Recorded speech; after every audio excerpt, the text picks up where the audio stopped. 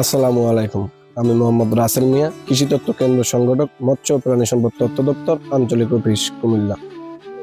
কুমিল্লা জেলার ১৪গ্রাম উপজেলার ইলিশপুর গ্রামের ১ নম্বর ওয়ার্ডের বর্তমান মেম্বার রুহুল আমিন ভাইয়ের খামারে এসেছি। চলুন খামারের বিস্তারিত শুনে নেই রুহুল ভাইয়ের মুখ থেকে। আসসালামু আলাইকুম। ওয়ালাইকুম সালাম। কেমন আছেন আপনি? এই তো আছি আলহামদুলিল্লাহ ভালো। আপনার পরিচয় দিয়েন একটু ভাই। আমার বাড়ি হচ্ছে ১৪গ্রাম থানা ২ নং উজিরপুর ১ নং ওয়ার্ড, ইলিশপুর গ্রাম পড়ছে আর কি, ইলিশপুর গ্রাম। আমার নাম হচ্ছে নুরি আলম মেম্বার, বর্তমান রানিং মেম্বার। যে আপনি তো মেম্বারি করতেছেন, পাশাপাশি এই যে একটা খামার গড়ে তুলছেন, আপনি এই খামারে হঠাৎ করে যে খামার গড়ে তোলার পিছনে কারণটা একটু বলেন। খামার আমি আসলে এটা আমার পারিবারিক সূত্র থেকে পাওয়া। আমার আব্বু থাকতেই উনি গরু একটা দুইটা করে আমরা গরু প্রথম থেকেই লালন পালন করতাম। এখন এটা একটু বড় করে আমি নিজে পালন করতেছি, ওইটাই আর কি। আপনার এটা শুধু দুগ্ধ খামার হিসেবে আপনার পরিচিত?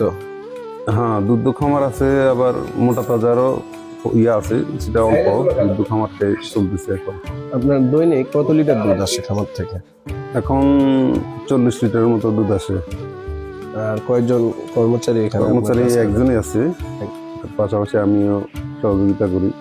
এখানে কোন কোন জাতের গরু আছে ভাই আপনার কাছে? আছে আমার কাছে আছে ফ্ল্যাগ বি জাতের আছে, ফ্রিজিয়ান জাতের আছে। এগুলো এরকম ফ্রিজিয়ানটাই বেশি, ফ্ল্যাগ বি আছে, দুইটা ফ্ল্যাগ বি আছে। আর মোটা ভবিষ্যতে কি প্ল্যান আছে যে আরো বড় করবেন খামারটা? হ্যাঁ, এরকম আশা আছে, একটু বড় করার জন্য চেষ্টা করতেছি।